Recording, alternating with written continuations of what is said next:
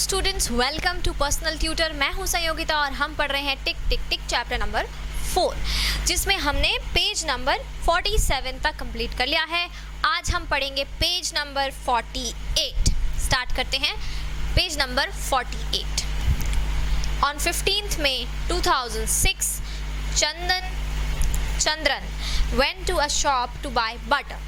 मतलब 15th May 2006 को चंद्रन जो है वो बटर खरीदने के लिए एक शॉप पर गया। He checked the packet to see if this butter was safe to eat। उसने एक जो उसका पैकेट था बटर का उसको चेक किया कि क्या ये बटर जो है ये सेफ है या नहीं खाने के लिए। अच्छा, अब यहाँ पर आपको दो चीज़ें समझना ज़रूरी है स्टूडेंट्स के जब बटर की बात हो रही है या किसी भी चीज़ की बात हो रही है और वहाँ जो पैकेज्ड फूड होता है, फूड भी ले सकते हैं आप, और भी जितनी भी चीज़ें जो आपको पैकेट में आती हैं, जो पूरी जो है पैक होकर आती हैं, उन चीज़ों की दो डेट्स होती हैं। पहली डेट होती है मैन्युफैक्चरिंग डेट।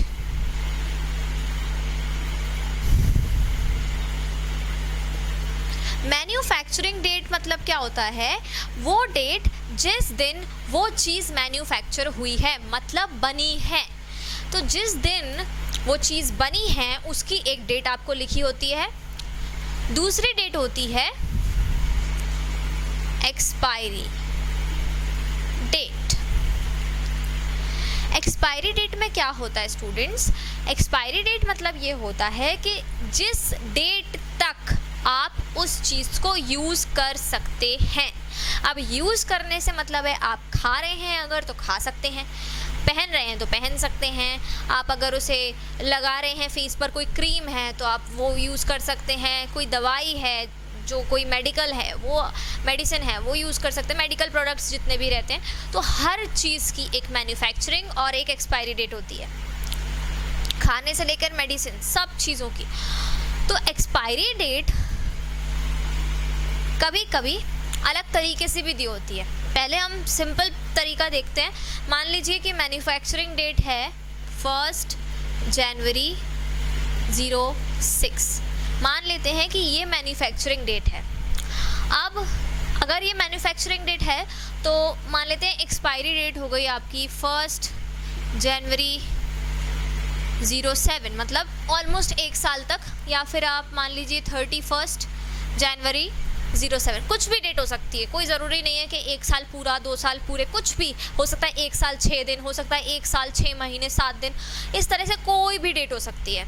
इसका कुछ फिक्स नहीं होता है, प्रोडक्ट पे डिपेंड करता है। जो चीज़ आप खरीद रहे हैं उस पर डिपेंड करता है कि उसकी जो यूसेज करने का जो ड्यूरेशन है वो क्या होगा। अब यहाँ पर एक्सपायरी डेट यहाँ डेट में लिखी है।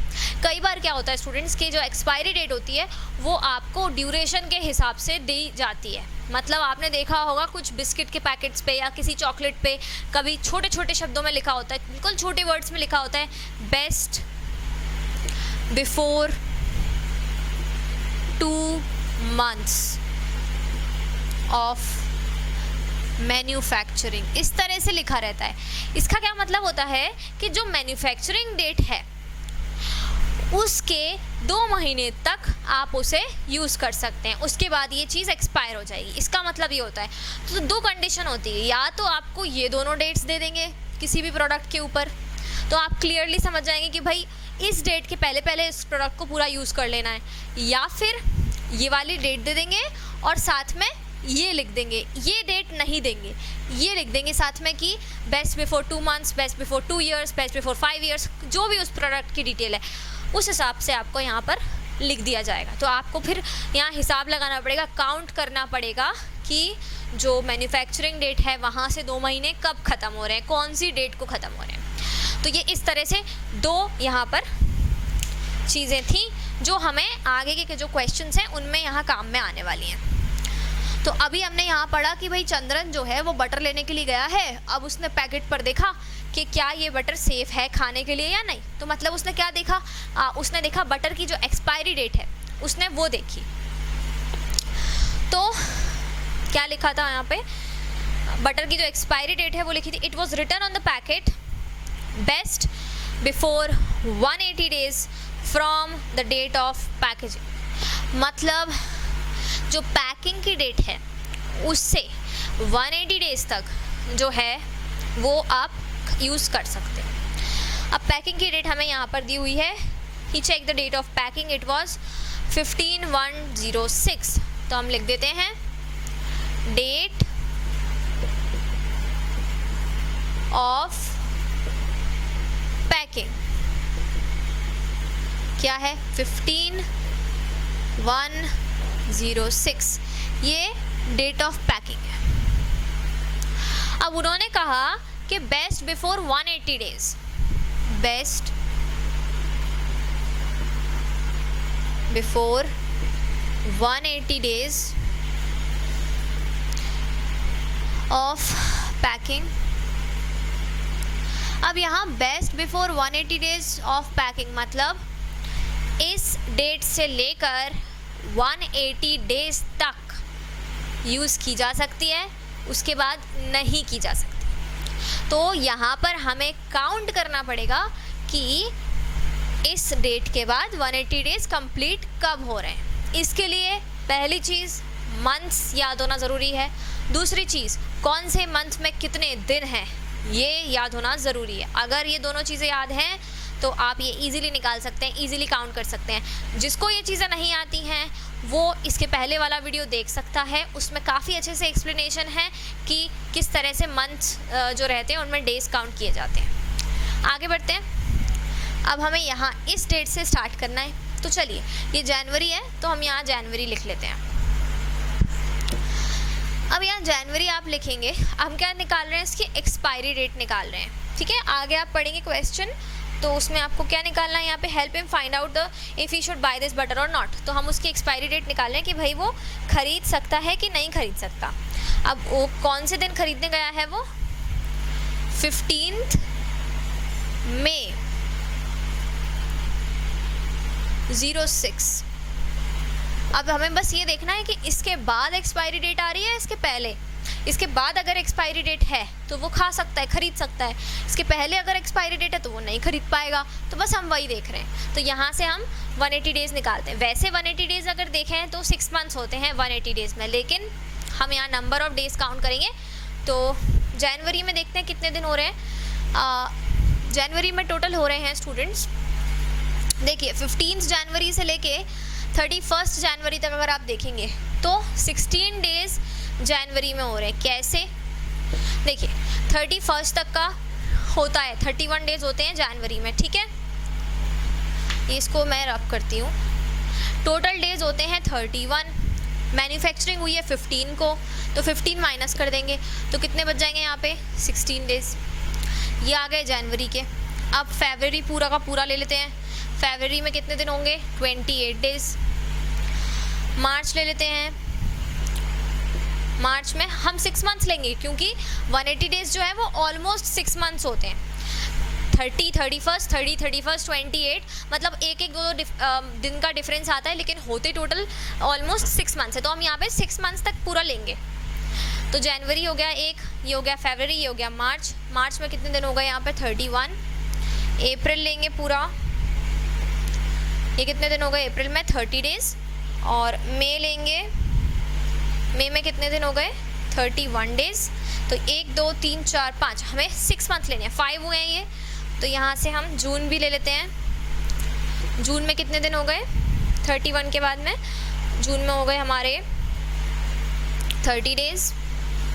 और जुलाई, अब जुलाई क्यों ले रहे हैं, ध्यान दीजिए स्टूडेंट्स, जुलाई इसलिए ले रहे हैं क्योंकि जो जनवरी है ये आधा ही है, मतलब 15 को मैन्युफैक्चरिंग हुई है, मतलब जनवरी जो है वो कैसा है, आधा है। तो हम यहाँ पर क्या करेंगे, जुलाई भी ले लेंगे। तो जुलाई में कितने दिन होते हैं 31 डेज़। चलिए अब हम इसे काउंट करते हैं यहाँ पर कि भाई कितने दिन हो रहे हैं ये टोटल मिला के जुलाई तक, ठीक है। हमें 180 डेज़ तक काउंट करना है। तो अब यहाँ से 6 + 8 14 + 1 15 + 1 16 + 1 17, तो ये हो गया 7, 1 कैरी, 1 और 1 2 और 2 4 और 3 7, 3 10 13 16 और 19 197 डेज़। लेकिन हमें कितने दिन चाहिए थे 180, हमें 180 डेज काउंट करने थे, तो यहाँ से हम 180 माइनस कर देंगे। देखते हैं कितने दिन हमने एक्स्ट्रा काउंट कर लिए हैं। 17 डेज हमने एक्स्ट्रा काउंट कर लिए। कौन से मंथ के? लास्ट वाले मंथ के, क्योंकि ये तो जुलाई के बीच में ही कहीं पे ख़त्म हो जाना चाहिए थे 6 मंथ्स 180 डेज। तो जुलाई 31 तक हमने काउंट कर लिया। इसमें से हम 17 डेज को माइनस करेंगे। तो जुलाई में यहाँ पे कर रही हूँ स्टूडेंट्स, मैं ये यहाँ पर कर रही हूँ। जुलाई जो है इसमें हम 31 में से 17 माइनस कर देंगे, तो कितना आ गया हमारे पास में? यहाँ पर 11 में से 7 जाएंगे तो 4 बचेंगे, और ये आ गया 14। तो मतलब 14 ऑफ जुलाई को ख़त्म हो रहे हैं कितने दिन टोटल? 180 डेज। अब 14 जुलाई को 180 डेज ख़त्म हो रहे हैं, तो 14 जुलाई 2006 जो है वो हमारी एक्सपायरी डेट हो जाएगी। तो हमारी एक्सपायरी डेट क्या हो जाएगी? 14 जुलाई मतलब 7th वाला जो मंथ होता है वो जुलाई 2006, ये एक्सपायरी डेट है। और वो इस दिन पर ख़रीद रहा है, मतलब मई तो जुलाई के पहले ही आ रहा है, मतलब कि वो इस बटर को खा सकता है। अभी एक्सपायरी डेट आने में टाइम है, जुलाई में एक्सपायरी होगा, तो इसलिए यहाँ पर हमारा आंसर हो जाएगा yes, he can buy the butter. इसको मैं एक बार और एक्सप्लेन कर देती हूँ। देखिए, हमें टोटल डेट ऑफ पैकिंग दी थी ये 15 जनवरी, और हमें 180 डेज़ गिनने थे यहाँ से।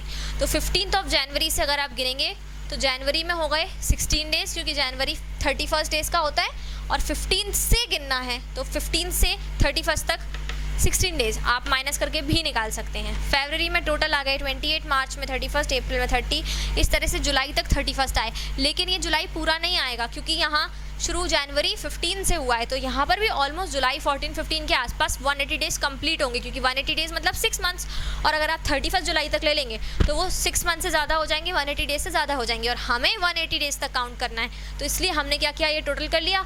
अब 180 तक ही काउंट करना था, तो हमने इसमें से इसको माइनस कर दिया। तो हमने जो भी एक्स्ट्रा डेज़ काउंट किए थे वो हमने लास्ट वाले मंथ में से माइनस कर दिए, तो हमारे पास एक डेट आ गई 14 जुलाई, जो कि थी इसकी एक्सपायरी डेट।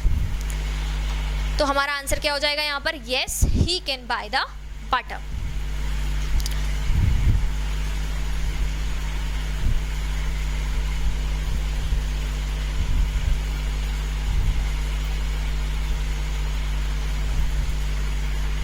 अब हम आएंगे नेक्स्ट क्वेश्चन पर।